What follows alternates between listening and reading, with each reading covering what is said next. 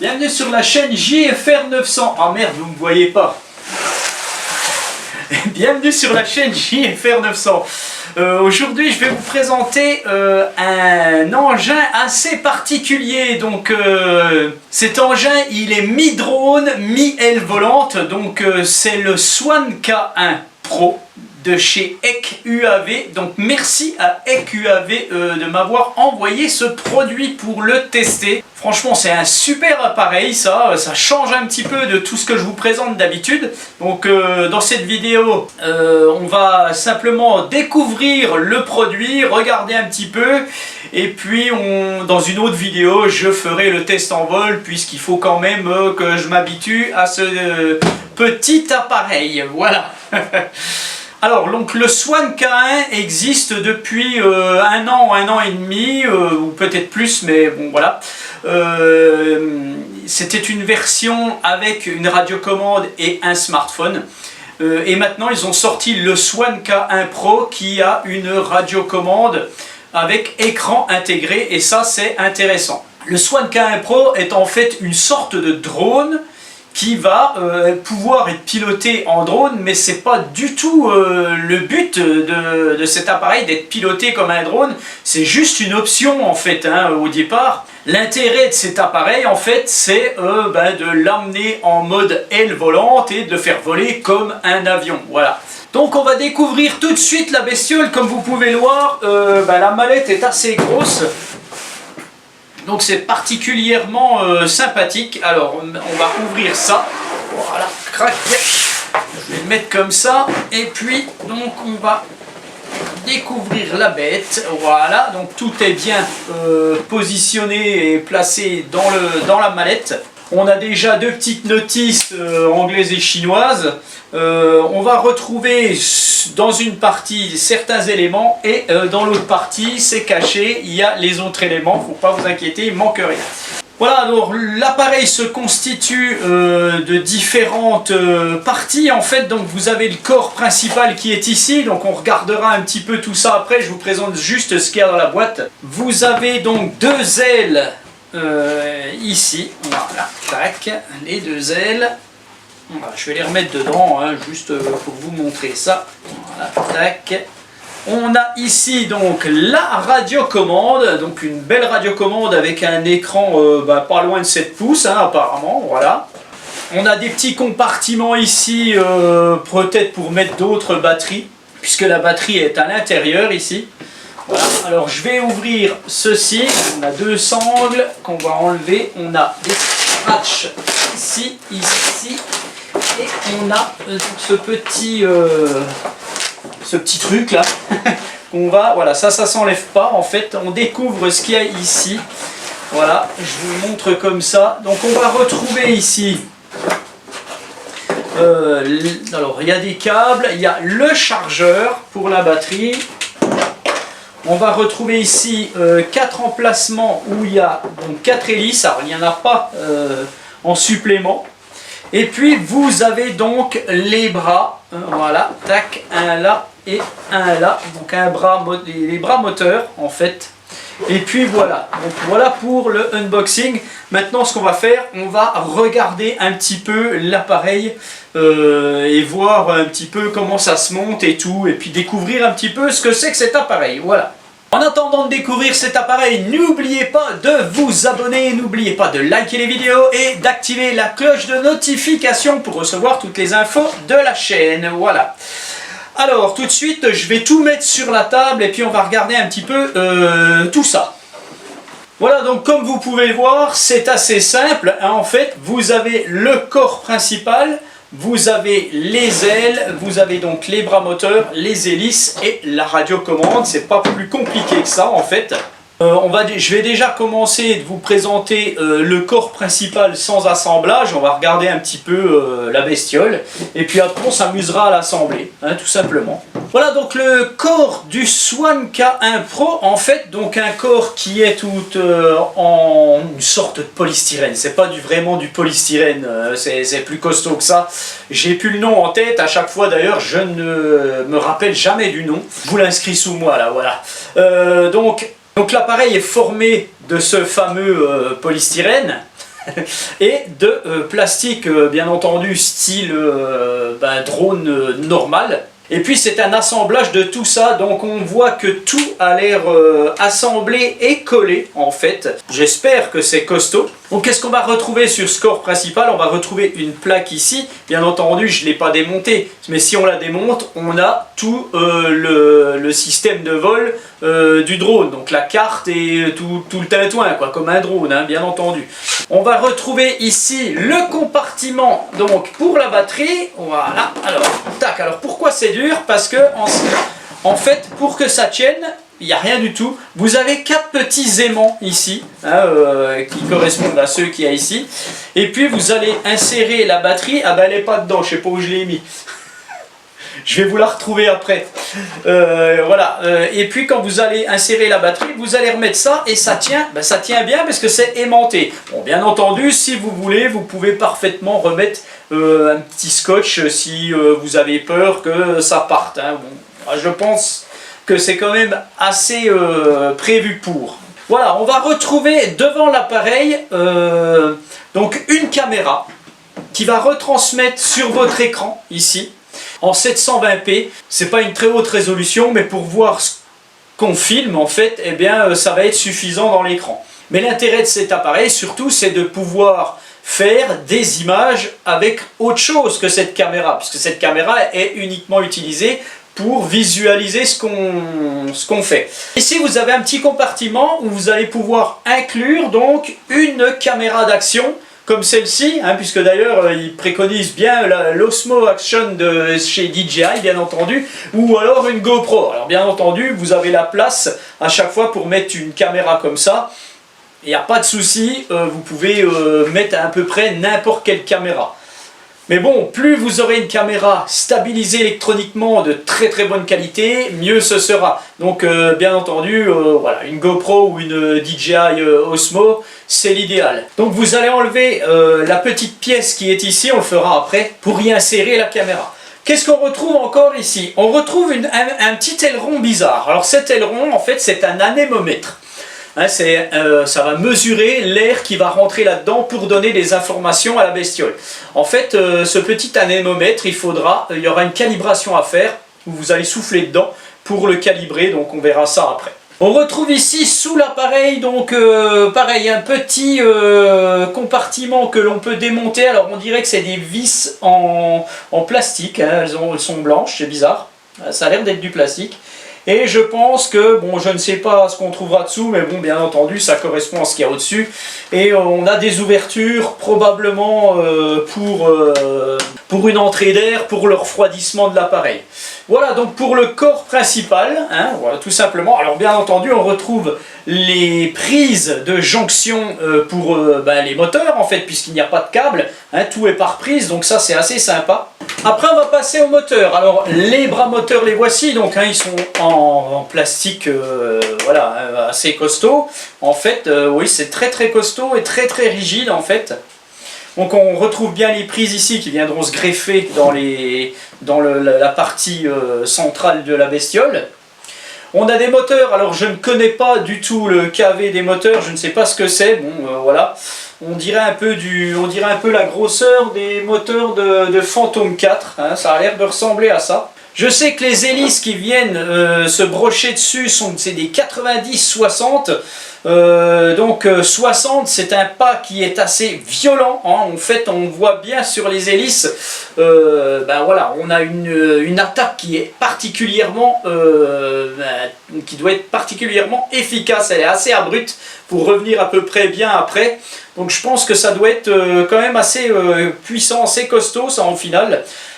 Ça doit être essentiel à mon avis pour propulser la bête en mode avion. Voilà, hein, vous avez bien entendu des moteurs droit et moteur gauche, hein, oui, puisque c'est un quadrirotor malgré tout, hein, notre avion là. Et puis on a les deux ailes qui vont venir se fixer sur la partie, sur les bras moteurs pour faire le truc complet. Voilà. La batterie, donc la batterie est une 15 volts 2 je crois je vais regarder parce que là je m'en rappelle pas. Voilà, c'est une 15 volts 2 en 5500 mAh, donc ça correspond quand même à du 4S de toute façon. C'était marqué dessus en plus, j'aurais pu le lire directement. On dirait un peu on dirait pas de la lipo, on dirait du Lion un peu, bon bref. Donc cette batterie, elle peut vous emmener à 15 minutes environ de vol en mode drone, si vous l'utilisez qu'en mode drone, votre truc, mais ça peut faire environ 40 à 50 minutes, je crois, de mode avion. Donc on sait que toutes les marques, de toute façon, surestiment les capacités de vol. Je ne sais pas si je volerai aussi longtemps de toute façon avec cet appareil. Je pense déjà qu'il faut être assez raisonnable et puis voir si ça fonctionne bien.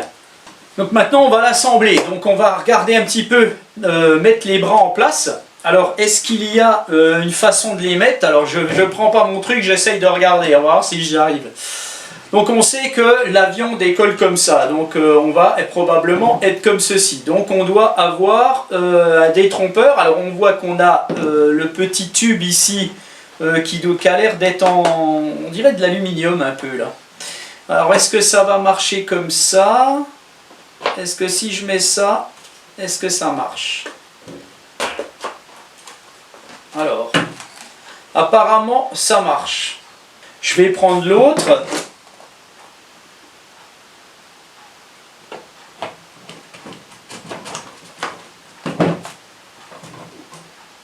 Voilà, je pense pas que je puisse me tromper, on peut pas se tromper, je crois pas. Je vais quand même l'enlever, on va voir. Est-ce que je peux mettre ce bras là de ce côté là?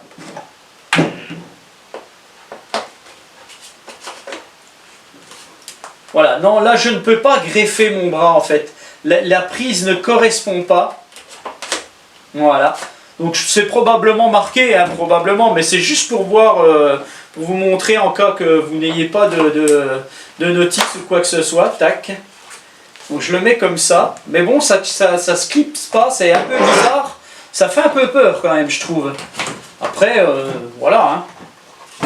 Mais je pense que si on se crache, on doit pouvoir bien l'exploser malgré tout. Voilà, donc on a déjà une bonne bestiole qui fait 50 cm facile. Et donc on va, d'ailleurs vous ne me voyez plus derrière cet engin, voilà. Et puis on va mettre les ailes. Alors les ailes c'est pareil, elles ont un petit tube en carbone ici, qui doit correspondre, on a un trou, qui est en bas là.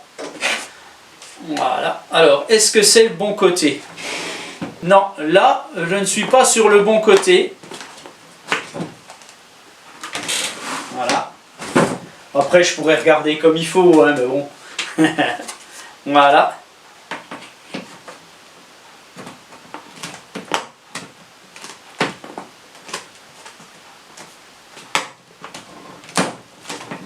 Voilà. Alors on a des petits interstices quand même quand on vient brocher ça. Je pense que ça s'enlève assez bien. Moi j'ai un peu peur quand même, je trouve. Voilà. J'ai mis ma bestiole. Alors là il a pris de l'ampleur, notre gaillard là. Et je vais me mettre comme ça. Voilà. Donc en fait, bien entendu, pour vous repérer, vous avez le dessus de votre bestiole qui est comme ça. Bien entendu, les ailerons doivent remonter. Voilà. Alors, bon, moi je vous dis, franchement, ça me fait peur. Ça me fait peur, ce truc. C'est clipsé dessus, mais sans plus. J'aurais peur d'en perdre un bout quand je vole. Voilà, donc une bestiole qui est assez imposante. On va le mesurer tout de suite. Voilà, tac. Alors, je vais mettre là, ça par-dessous. Voilà, on a un appareil qui fait 1,15 m. Donc ils annoncent 1,20 m, mais bon. C'est 1,15 m de longueur, donc un très très bel appareil. Donc comme vous pouvez le voir, le drone, je vais le mettre dans ce sens-là. Le drone va monter comme ceci, et puis quand vous serez à 30 mètres d'auteur, vous ne pouvez pas le faire en dessous, je crois, eh bien vous allez pouvoir le passer en mode avion, il va donc se mettre comme ceci et partir d'un seul coup. Alors qu'est-ce qui fait que le drone se met en mode avion? En fait, c'est tout simplement l'IMU, hein, l'association accéléromètre, gyroscope et tout. Et donc tout ce qui est associé à la motorisation, donc les ESC, les choses comme ça, qui vont faire que votre drone va probablement réduire sa vitesse aux deux moteurs ici, et puis donc il va basculer et les moteurs vont reprendre de la force pour partir et propulser le drone en avant, puisque tout le flux d'air des hélices va se faire en arrière, donc il ne pourra qu'avancer. Voilà, en gros c'est ça. Avant de lui mettre les hélices, donc je vais vous montrer, bon, je vais me lever parce que là, donc on défait le scratch ici, et vous enlevez la petite pièce ici. Alors c'est une petite pièce qui est lestée, hein. On voit qu'il y a des petits morceaux de ferraille en fait dedans, pour alourdir la bestiole, parce que vous pouvez très bien ne pas faire de vidéo, vous amuser à voler avec. Et donc comme vous avez la caméra qui vous fait un retour vidéo, vous remettez ça. Par contre, ne volez jamais sans, c'est fait exprès, hein, c'est pour alourdir l'avant du truc, pour faire, voilà, faire comme s'il y avait une caméra et que le drone puisse fonctionner normalement. Donc vous enlevez ça. Alors cette pièce elle fait, on va la peser quand même, hein. J'allume ça. Alors la pièce elle fait, voilà, c'est une pièce qui fait 55 grammes. Et une caméra style DJI, elle fait 125 grammes. Alors sachez que ce drone, il fait 1,2 kg, hein, en gros. Donc bien entendu, il est soumis à une réglementation spéciale. Hein, bien entendu, il faudrait lui ajouter une balise, normalement. Et puis c'est un drone qui peut embarquer jusqu'à 150 grammes, il me semble. Hein, donc vous pouvez avoir une bonne caméra. Alors on va mettre, je vais voir ce que je peux mettre comme caméra. Donc là je vais vous montrer simplement avec celle-ci. Alors l'inconvénient, voilà, bon, je la mets comme ça, je la remettrai mieux après. L'inconvénient de cet appareil en fait, c'est quand vous mettez donc votre caméra. Alors déjà, il faut bien serrer, c'est pas évident. Donc si vous avez une caméra qui bouge un peu, ça risque d'être problématique. Il faut faire très attention. Je pense que je vais magouiller un truc autrement, peut-être mettre un scratch, quelque chose que la caméra vienne bien rester dessus, parce qu'il faut bien tirer sur les scratchs ici. Ça me fait un petit peu peur, hein. Moi j'aurais peur de la perdre. Donc il y a de la place quand même, hein. On peut mettre une bonne caméra dessus. Ça va filmer assez sur le bas apparemment, hein, on dirait. Mais bon, si vous avez un angle, un bel angle, ça va être pas trop mal. Et puis je pense que ça devrait être assez sympa. Alors ce que je vous avais pas dit, on a une petite... je vais le remettre. C'est impressionnant, hein, cet appareil quand même. Alors ici on a un petit fil qui dépasse, ça doit être une antenne qu'on voit ici. Bon voilà. Bon, je regarderai, mais à mon avis je pense qu'il faudrait apporter des petites précautions à cet appareil. Après je peux me tromper, ça peut très bien aller, hein. Alors je sais qu'il y a un Français, je ne sais plus son prénom, de la chaîne Mon Sport, qui l'a malheureusement craché. Il a eu un problème sur une hélice. Alors peut-être c'est une hélice qui s'est décrochée, en fait sa vidéo elle est géniale. Je vous conseille d'aller la regarder, enfin tous ceux qui me connaissent doivent connaître cette personne. Désolé, je sais plus son prénom. Il a craché son appareil en fait, il a tout retrouvé, il a eu de la chance qu'il y ait quelqu'un qui puisse lui retrouver son appareil. Il a eu un problème avec une hélice qui est partie et puis voilà, regardez sa vidéo, c'est impressionnant. D'ailleurs, elle était très bien montée, sa vidéo, ça a fait un truc de... C'est une super vidéo, j'ai trop bien aimé, moi. Il avait embarqué une One X2 dessus, donc en fait, on voit tout, on voit l'hélice qui s'envole, bon, c'est malheureux quand même. Mais bon, je pense qu'il a eu un souci, soit sur un filetage du moteur, soit dans le taraudage de l'hélice. À mon avis, il y a eu un truc comme ça. On ne peut pas perdre une hélice comme ça si on a bien serré les choses. Alors je vois beaucoup de gens bien entendu qui vont visser leur hélice tout simplement, mais n'ayez pas peur de serrer quand même. Serrez pas comme des malades, mais il y a des petites clés qui existent où on vient retenir le moteur pour pouvoir serrer comme il faut l'hélice. Sinon on n'est pas à l'abri de perdre une hélice, quoique c'est très rare puisque normalement le pas de vis est fait pour que ça ne se dévisse pas, puisque c'est le sens contraire de la rotation du moteur en théorie. Alors justement, les hélices, on en a deux noires et deux grises, hein, donc qui correspondent, les deux noirs iront ici, les deux grises ici ou inversement, on va voir ça tout de suite. Donc elles doivent se visser dans le sens des aiguilles d'une montre pour un, dans le sens contraire pour l'autre. Donc les noirs vont ici et les grises vont ici et ici. Voilà. Celle-là dans le sens des aiguilles d'une montre ou dans le sens contraire des aiguilles d'une montre? Dans le sens contraire des aiguilles d'une montre. Voilà. Alors ce que vous pouvez faire sur des hélices qui se vissent sur des filetages, en fait, sur les moteurs filetés, vous pouvez mettre du frein filet faible. Ne mettez pas du frein filet fort parce qu'après vous ne pouvez plus l'enlever. Mais du frein filet faible, vous en mettez un petit peu sur le pas de vis et ça va retenir. D'ailleurs, quand vous regardez, quand vous achetez certains drones, eh bien, on voit un petit filet bleu et ça correspond donc à du frein filet faible qui est fait en fait pour retenir les écrous sur un filetage. Donc moi, je ne vais pas me faire avoir, je vais quand même en mettre. Là, juste pour vous montrer, je ne vais pas le mettre, je le ferai après quand je ferai mon test.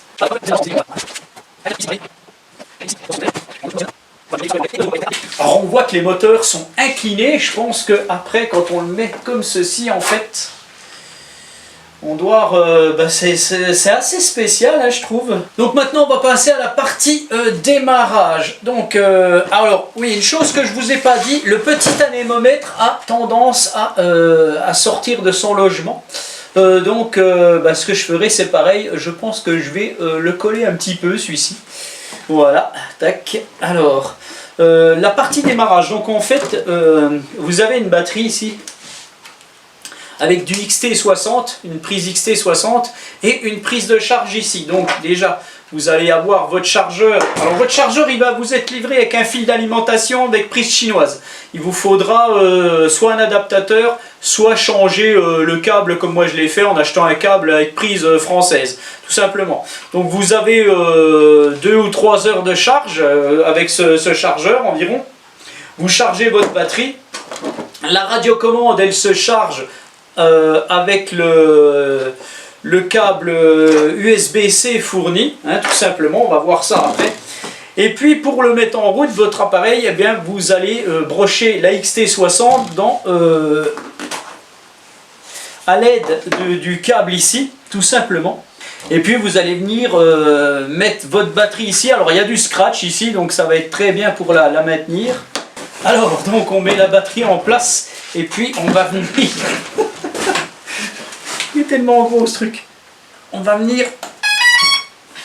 Voilà. Alors après, ce qui est le plus délicat, c'est de remettre ça en place. Bon, ce que je vais faire... Hein. Voilà, donc, je ne devrais pas le toucher en théorie, mais bon, tant pis. Voilà, je vais remettre ça. C'est un petit peu juste, hein, là. Voilà, donc pour le mettre en route, vous mettez votre batterie, vous mettez en route la radiocommande. Donc vous avez un écran... pourquoi il s'est éteint, voilà je le remets. Airspeed Sensor Requires Calibration. Donc l'anémomètre veut être calibré. Donc tout ça on va le voir après. Alors vous avez une carte qui apparaît. Vous avez une carte qui apparaît ici, mais c'est une carte qui est chinoise. Donc on va nous demander des choses. Alors sachez que cette radiocommande, sachez que dans cette radiocommande vous allez pouvoir inclure une carte SIM. Donc soit vous connectez votre radio au Wi-Fi que vous avez, soit vous mettez une carte SIM. Alors il faudra que j'essaye quand même avec une carte SIM parce que c'est intéressant. Donc on peut voir ici qu'on a le retour vidéo. Voilà, donc je ferai après ce qu'ils veulent là. On le voit pas bien, donc il faut que je fasse les calibrations. Donc vous avez le retour vidéo qui se fait. Voilà, tac. Bon, on verra tout ça un peu mieux dans ma vidéo de vol. Hein. Donc pour mettre la carte à jour, vous allez devoir connecter votre radiocommande au Wi-Fi. Donc on va faire ça tout de suite, je vais le faire et puis je vais vous montrer. Voilà, donc je vais vous montrer un petit peu comment on démarre cette bestiole avec son application. La radio, on verra plus tard. Donc vous allumez votre drone, vous allumez votre radio. Le drone va se connecter, il faudra attendre un petit peu. Et après, par contre, il faut ne pas aller sur l'application, mais sur l'interface que vous voyez ici. Je ne sais pas si c'est du Android ou quoi. Et puis donc vous allez aller dans les paramètres comme un téléphone et vous voyez ici qu'il y a le Wi-Fi. Donc on va aller ici, voilà, vous avez le Wi-Fi ici. Et tac, moi je vais sélectionner un Wi-Fi. Hop. Voilà, et donc maintenant, ma radiocommande est connectée. Alors vous entendez le drone qui s'impatiente. Bon bah voilà quoi, c'est comme d'hab. Hein. Voilà. Alors maintenant, ce que je vais faire, je vais revenir en arrière. Voilà, donc maintenant on va aller sur notre Fly. Voilà, Airspeed Sensor Calibration. Alors voyons voir la carte. Là, à mon avis... Alors ça c'est pénible, voilà, ben c'est bien ma carte, il n'y a pas de problème. Donc maintenant que je l'ai connecté au Wi-Fi, ma carte s'est mise en place. Voilà, tout simplement, donc ça c'est très bien. Là j'ai le retour vidéo, donc ça il va falloir qu'on le fasse, on va regarder ce que ça donne. Alors, calibration, donc là vous pouvez être en mode 2 ou mode 1, hein, bien entendu. Vous allez pouvoir calibrer le compas, comme d'habitude, comme un drone, et le airspeed. Alors le problème, c'est que là, ça fait beaucoup de bruit. Alors, airspeed, calibrate. Alors, qu'est-ce qu'ils me disent? Il faut souffler dans le petit truc. Alors, voilà. Tac, alors, qu'est-ce que ça me dit? Voilà. Je souffle, c'est complet, voilà. J'ai soufflé dans le truc, hein, là, tout simplement, hein. Et maintenant, on va voir le compas. Alors, c'est continuously as shown as the diagram. Alors, je fais tourner. Ça, c'est complet. Après, on le met dans ce sens-là. Voilà, je tourne. Voilà, regardez, on met le drone dans le sens. Voilà. Et voilà. Voilà, donc, là, c'est bon. Voilà, donc après, on continue les calibrations. Donc, accéléromètre. Voilà.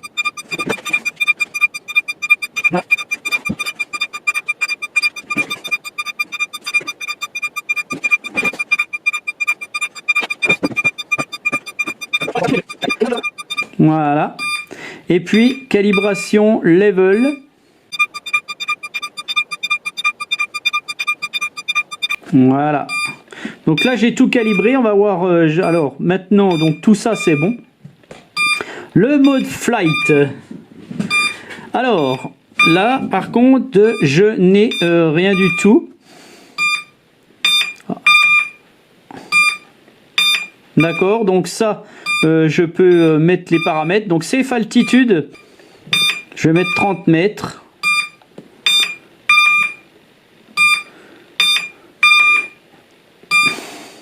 Après, la distance maxi, je vais mettre 2000.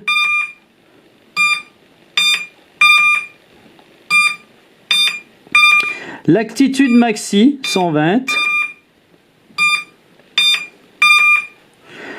L'altitude du RTL, donc RTL veut dire Return to Land, donc le RTH, hein, le Return to Home, le retour à la maison. Donc je vais mettre 30.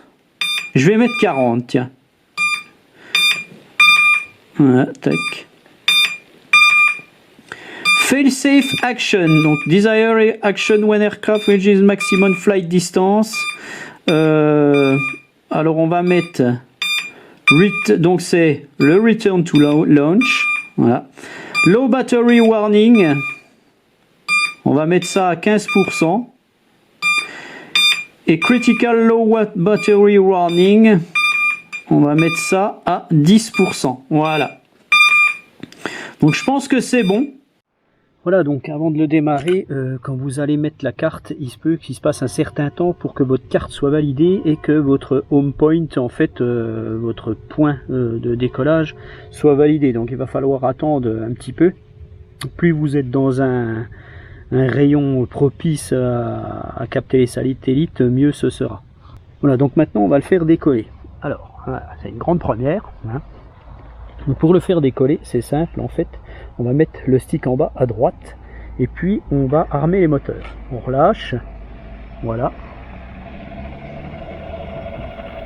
Il fait pas de bruit, hein, mais ça, c'est juste une impression. Voilà, il s'arrête tout seul. Alors je recommence. Voilà, il se met en route. J'ai 9 satellites, c'est pas beaucoup ici. Voilà, et maintenant je vais mettre les gaz et il décolle. Voilà. Donc il pilote comme un drone. fait du bruit.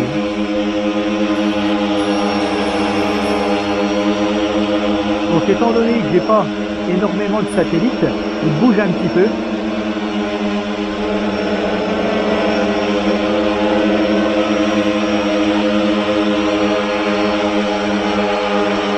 Voilà. Notre Swan K1 Pro. Donc quand je vais à droite, là il va à droite. Hein. Voilà. Quand je vais à gauche, il va à gauche. Donc je vais doucement hein, parce qu'il est très violent. Quand je vais en arrière, ben voilà, il vient en arrière. Quand je vais en avant, il va en avant. Voilà.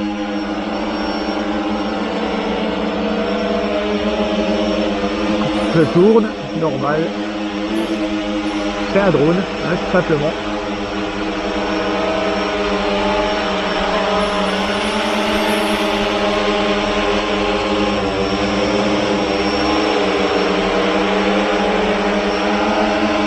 Et pour le faire atterrir, eh bien, on va le faire atterrir dans l'herbe. Voilà, on maintient en bas, les moteurs se coupent, et voilà. Donc je vous dis, c'est franchement un petit peu impressionnant quand on connaît pas. Donc quelqu'un qui voudrait débuter avec ça, je vous conseille pas du tout. Je vous conseille d'avoir un petit drone avant et de vous faire la main dessus et après de passer à ça. Donc l'intérêt, comme je vous le disais, c'est d'avoir cet appareil en mode avion en fait et voir ce que ça peut nous donner. Donc ça a l'air pas mal. Je vais apporter quelques petits trucs sur mon appareil quand même pour garantir que tout se passera bien. Et puis on ira faire un petit test. Voilà, donc bien sur ces petites images, je vous laisse et je vous dis à bientôt. On verra la suite après. Allez, ciao!